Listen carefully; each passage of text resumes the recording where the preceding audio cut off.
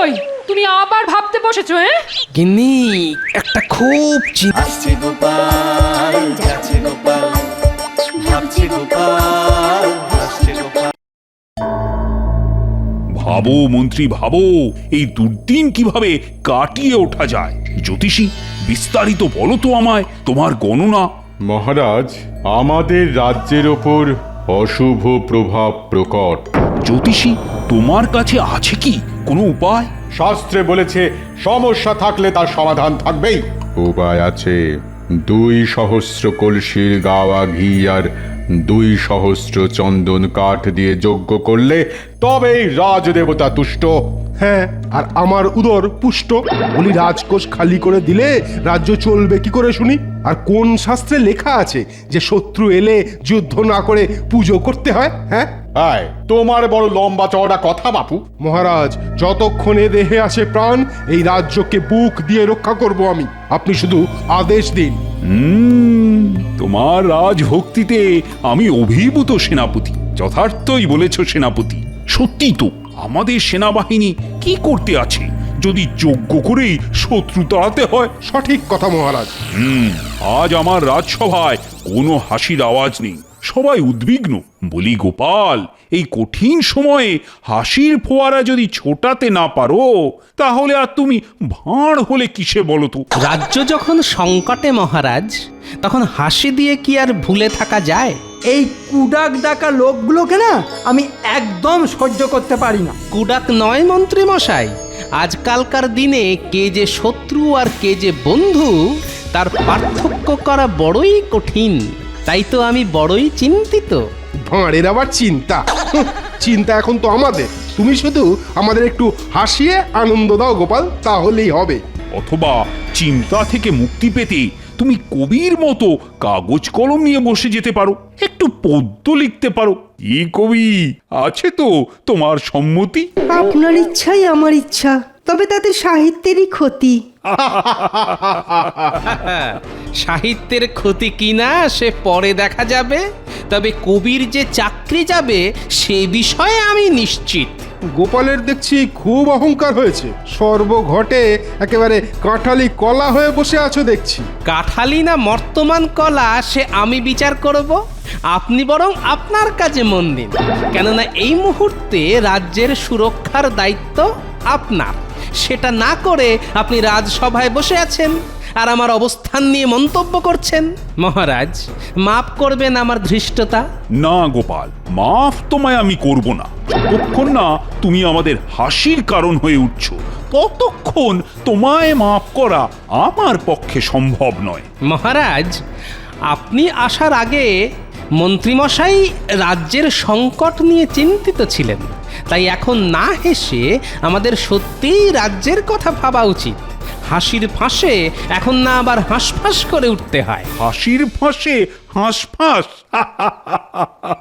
বাহ গোপাল বাহ, তুমি পদ্য লেখো না বলেই সভাকবির কলাটা মূলটার অভাব হচ্ছে না। তা সেনাপতি, কি ভাবলে সুরক্ষার ব্যাপারে? আপনি আমার উপর দায়িত্ব দিয়ে নিশ্চিন্তে থাকতে পারেন মহারাজ। আমি কোটালকে নির্দেশ দিয়ে দিয়েছি, ও এই রাজ্যের নিরাপত্তা ব্যবস্থা খতিয়ে দেখছে। বটে, কিভাবে শুনি? কোটাল আমার নির্দেশে নগরের প্রত্যেকটা প্রবেশদ্বার পরিদর্শন করেছে আর দেখছে যেন সেখান দিয়ে মাছি গলতে না পারে। শুধু মাছি না, খেয়াল রাখতে হবে যাতে মানুষও না গলতে পারে। সেনাপতি, সেনাপতি, আমার গণনা অনুযায়ী এবারে আমাদের রাজ্যের শত্রু হলো গুপ্ত। তার দ্বারা ক্ষয়ক্ষতি অনিবার্য। যতই কোটাল ঘুরুক নগর দ্বারে, বিপদ তো রাজ্যের ভেতরে। এ ক্ষয় থেকে রাজ্যকে তুমি বাঁচাতে পারবে না। চুপ করো জ্যোতিষী, আমি তোমাদের কুডাক ডাকার জন্য মাস মাইনে দিই না। মহারাজ, মহারাজ, আমার গণনা বিশ্লেষণ করাই তো কাজ। আর আমার গণনা যে ভুল হয় না সে আপনি জানেন। না, তা হয়নি, তাই তোমায় প্রাণদণ্ডটাও দিচ্ছি না। কিন্তু বিষয়টা যখন তোমরা এত গুরুত্ব দিয়ে ভাবতে বলছো, তখন আমি সুরক্ষা ব্যবস্থা আরো কঠিন করে দিচ্ছি। রাজ্যের ভেতরেও চর লাগাচ্ছি আর সীমান্তে ওই সৈন্য সংখ্যা আরো জোরদার করছি। আপনি আদেশ দিন মহারাজ। আমার সম্পূর্ণ সম্মতি আছে। আমিও তবে আসি মহারাজ, আমার একটু কাজ আছে। ও তুমিও তাহলে কাজ করো গোপাল? মানুষ মাত্রেই কাজ করে মন্ত্রী মশাই।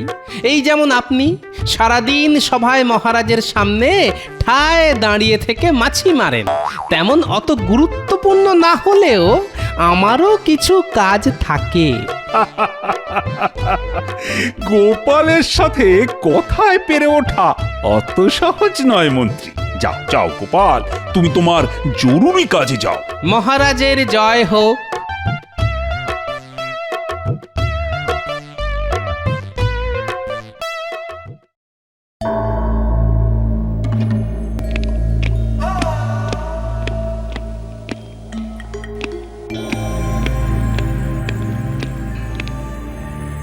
কি হলো মহারাজ, এত জরুরি তলব?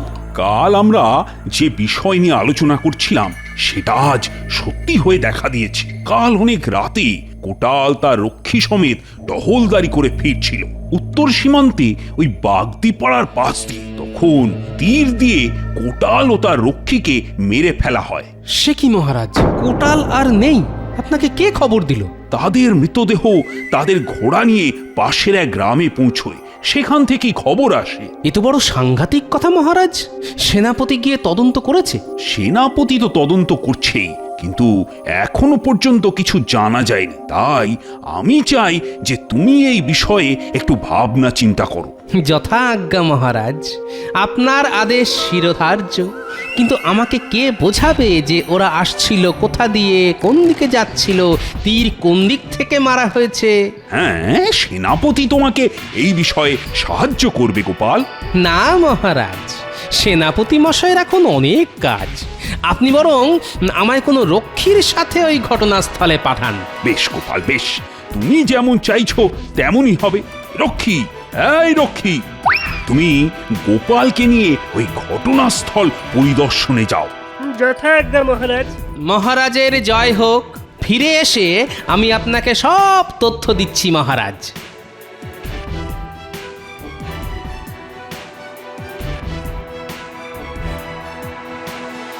আচ্ছা, কাল যখন কোটালের দেহে তীর লাগে তখন তোমরা এখানে ছিলে? আমরা পাশের গ্রামে থাকি হুজুর। কাল যখন কোটাল আর রক্ষীর দেহে তীর লাগে তখন তাদের দেহ আর আরেকজন অজ্ঞাত পরিচয় মানুষের দেহ নিয়ে ঘোড়াগুলো আমাদের গ্রামে যায়। অজ্ঞাত পরিচয় মানুষ? কে সেই অজ্ঞাত পরিচয় মানুষ? আচ্ছা, তোমরা কি করে বুঝলে যে ওই সে অজ্ঞাত পরিচয় আমাদের দেশের কেউ নয়? আগে হুজুর, তার চেহারা আর গঠন আমাদের দেশের মানুষের মতো নয়। তার হাতটা পিছমোড়া করে বাঁধা ছিল, আর তার দেহটা ওই ঘোড়ার সাথে বাঁধা ছিল। আচ্ছা, তাহলে তো বিষয়টা ভাবাচ্ছে। চলো তো দেখি কোন জায়গায় ঘটনাটা ঠিক ঘটেছে, সেটা দেখাবে। চলো।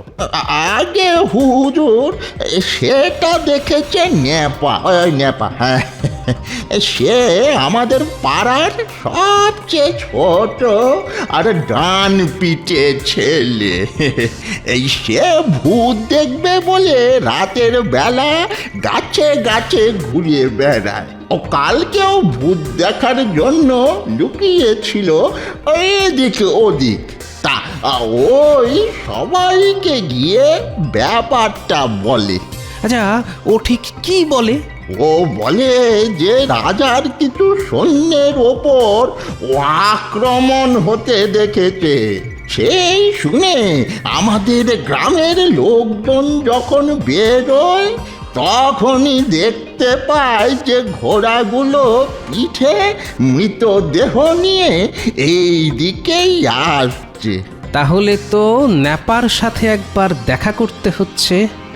নেপা আসলে খুবই ভয় পেয়ে গেছে, কারো সাথে কথা বলতে চাইছে না। ঠিক আছে, ঠিক আছে, আজ তাহলে নেপার সাথে দেখা নাই বা করলাম, তোমরাই আমায় জায়গাটা দেখাও। জায়গাটা হলো এই যেখানে আমরা দাঁড়িয়ে আছি, ঠিক সেইখানেই। ও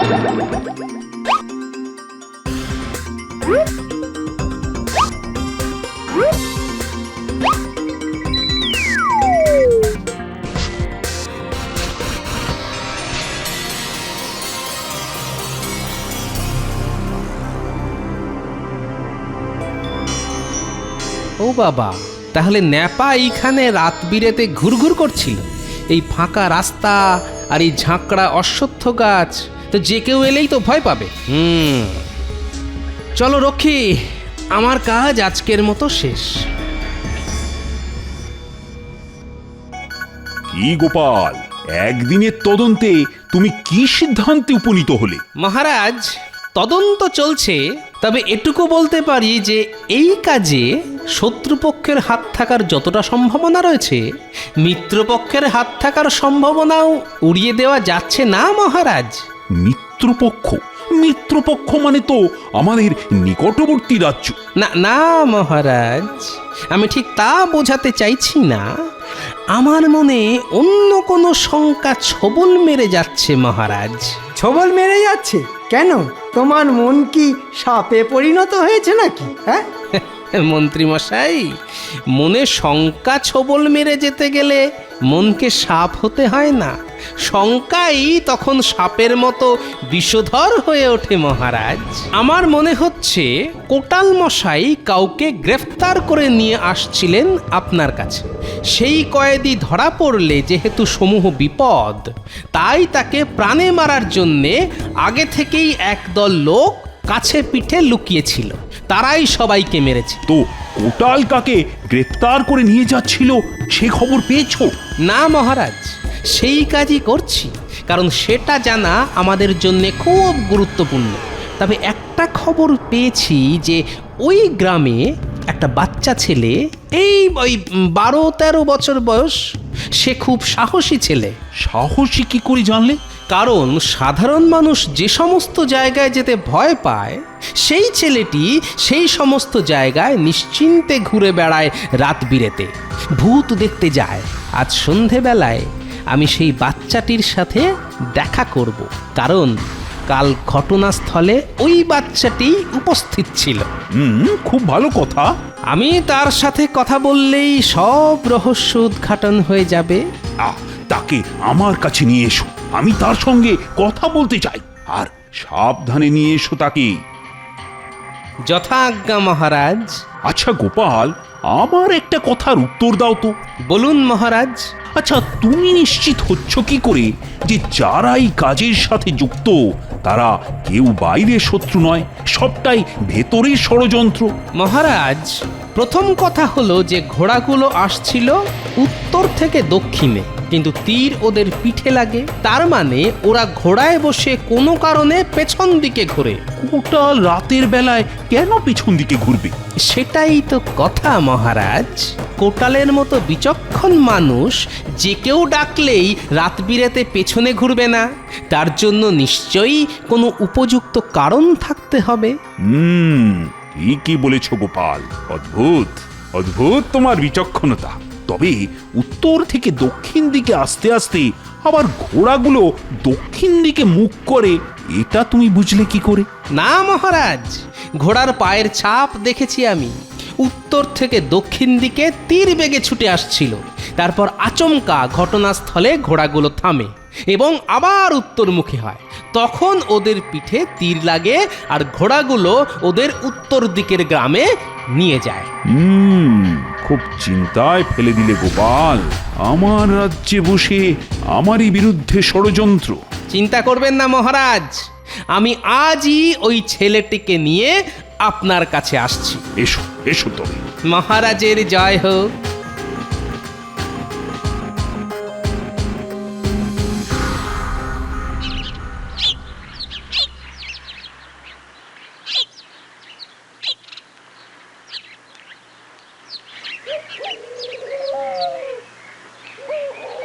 ওই তুমি আবার ভাবতে বসেছো? গিন্নি, একটা খুব চিন্তার বিষয় দেখা দিয়েছে গো। না ভাবলে এর কোনো উত্তর বেরোবে না। তুমি একাই ভাবছো? তোমাকে তো আগেই বলেছি সমগ্র রাজ্যের চিন্তার ভার আমার মাথায়। রাজ্যের আকাশে বিপদের কালো মেঘ, তাকে যদি না সরানো যায় তাহলে তুমি আমি সকলেই নিশ্চিহ্ন হয়ে যাব। ওরে বাবা, কি বলছো তুমি? ঠিকই বলছি গিন্নি, আমাকে ভাবতে দাও, ভাবতে দাও, না হলে রাজ্যের ধ্বংসের জন্যে প্রস্তুত হও। বাবারে, এত জটিল বিষয়, আমি চললুম বাপু।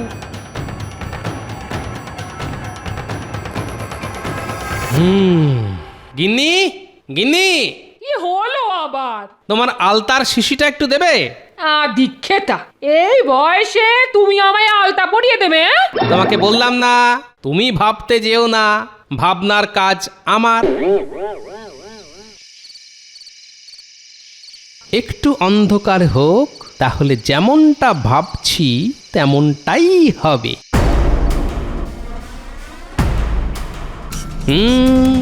যা ভেবেছিলাম তাই।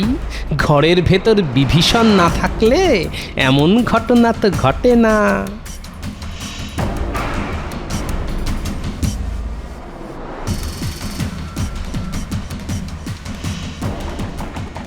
ওই যে আসছে, এই ঘোড়াটায় এই বাচ্চা আর গোপাল বসে আছে।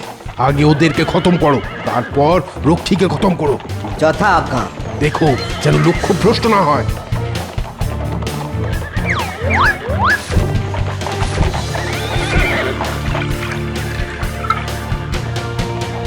ইস, ছি, ছি, ছি, ছি, কি একটা পড়লো গাছের ওপর থেকে। আগে গাছে প্রচুর পাখি থাকে, কিছু একটা করে টোরে দিয়েছে হয়তো।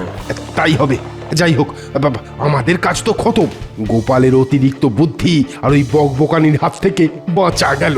মহারাজ কৃষ্ণচন্দ্র আর কোনো দিন এই রহস্য উদ্ঘাটন করতে পারবেন না। সে আর বলতে, উচিত শিক্ষা হয়েছে গোপালের। চলো চলো, রাজসভায় যাই আর গোপালের জন্য অপেক্ষা করি।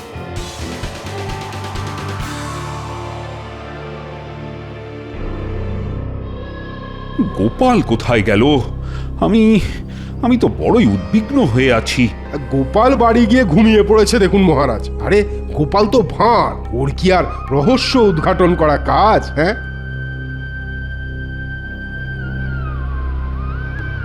মহারাজের জয় হোক। আপনাকে অপেক্ষা করানোর জন্য দুঃখিত মহারাজ। আরে গোপাল, এসো এসো। তা বলো তো গোপাল, তুমি কি রহস্য উদ্ঘাটন করতে পেরেছো? আমি রহস্য উদ্ঘাটন করেই আপনার কাছে আসছি মহারাজ। তোমার বুদ্ধির ওপর ভরসা করে আমি ভুল করিনি দেখছি। কি বলো গোপাল? মহারাজ, আপনাকে তো আমি আগেই বলেছিলাম যে বাইরের শত্রুর থেকে ভেতরের শত্রুর হাতই এখানে বেশি লম্বা, আর তারই প্রমাণ নিয়ে আমি আপনার কাছে এসেছি। বলো গোপাল, বলো, তাড়াতাড়ি বলো।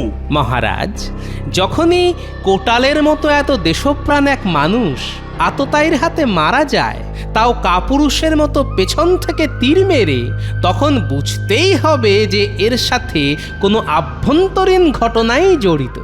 বহিরাগত হলে কোনো উচ্চপদস্থ কর্মচারীকে মারবে, যেমন আপনার সেনাপতি, আর কোটাল ও তার রক্ষীর সাথে আরেকজন কয়েদি ছিল, যাকে কিনা আমাদের দেশের লোকের মতো দেখতে নয়। এতেই আমার আরো সন্দেহ হয়। ঠিক। আমি ওই বাচ্চাটির সাথে গোপনে কথা বলেছি মহারাজ। সে বলেছে যে ওই দিন রাতে কোটাল ও তার রক্ষী আসছিল ঘোড়া ছুটিয়ে, আর গাছের তলায় বিশাল ঘোড়া নিয়ে সৈন্য সাজে কেউ একজন দাঁড়িয়েছিল, যে ডাকতেই কোটাল থেমে যায় আর তখনই তীর ছুটে আসে। কোটাল মারা গেলে ওই সৈন্য সাজের লোকটি চলে যায়। আমি বাচ্চাটিকে তার নিরাপত্তার জন্য লুকিয়ে রেখেছি মহারাজ। ঠিক করেছো, এরপর বলো। এই সভায় সকলেই জানতো যে আজ আমি সাক্ষীকে নিয়ে আসব, কিন্তু আমি গোপনে রক্ষীকে দিয়ে 3টি পুতুল বানাই, যাতে দূর থেকে দেখলে মনে হয় আমরা আসছি, আর তাদের বসাই আপনার ঘোড়াশালের 2টি সব থেকে প্রশিক্ষিত ঘোড়ার ওপর। এরপর আমি লুকিয়ে থাকি ওই অশ্বত্থ গাছটির ডালে। সন্ধ্যা নামে, আমি দেখি আমাদের সবার এক চেনা লোক এক তীরন্দাজ নিয়ে গাছের তলায় আসে। তারা কথাবার্তা বলতে থাকে। কি বলে তারা? তাদের কথা থেকেই জানতে পারি যে অন্য রাজ্য আমাদের রাজ্যকে ভেতর থেকে দুর্বল করে দেওয়ার জন্য আপনার কোনো এক উচ্চপদস্থ কর্মচারীকে অনেক উপঢৌকন দিয়েছে, আর তারই সাহায্যে আমাদের রাজ্যে ঢুকিয়েছে চর। এই তো ভয়ঙ্কর। আমার গণনা নির্ভুল। তারপর বলো গোপাল। কোটাল যাকে বন্দি করে নিয়ে আসছিল সেই হলো বহিঃশত্রুর চর। তাই তাকে আমাদের রাজ্যের লোকেদের মতো দেখতে ছিল না। আমাদের সৈন্য সংখ্যা, লোকবল, এই সব খবর পাচার করা ছিল তার কাজ। কি ধরিবাজ! সে ধরা পড়লে সব ফাঁস হয়ে যাবে, এই ভয়ে তাকে মেরে ফেলা হয়। আর আপনার একান্ত অনুগত কোটাল আর তার রক্ষীর প্রাণ যায়। আমি জানতাম আমাদেরও মেরে ফেলা হবে, তাই আমাদের বদলে পুতুল আসে ঘোড়ায় চেপে, আর আমি গাছের ওপর থেকে সব দেখতে থাকি। তুমি কি জানতে পেরেছো গোপাল যে কে এই ষড়যন্ত্রকারী? হ্যাঁ মহারাজ, সেনাপতি। গোপাল, না জেনে না শুনে কোনো কথা বলবে না। খুব খুব বার বেড়েছে তোমার। আচ্ছা গোপাল, তোমার কাছে কি কোনো প্রমাণ আছে? বিনা প্রমাণে আমি তো আসিনি মহারাজ। সেনাপতির তীরন্দাজ যখন তীর চালিয়েছিল তখনই আমি ওপর থেকে সেনাপতির পিঠে আলতা ফেলে দিই। আপনি দেখুন তো সেনাপতির পিঠে এখনো লাল রং লেগে আছে কিনা। প্রহরী, বন্দি করো, নিয়ে যাও একে আমার চোখের সামনে থেকে। কদিন অন্ধকার কারাগারে থাক, তারপর আমি ওর বিচার করব।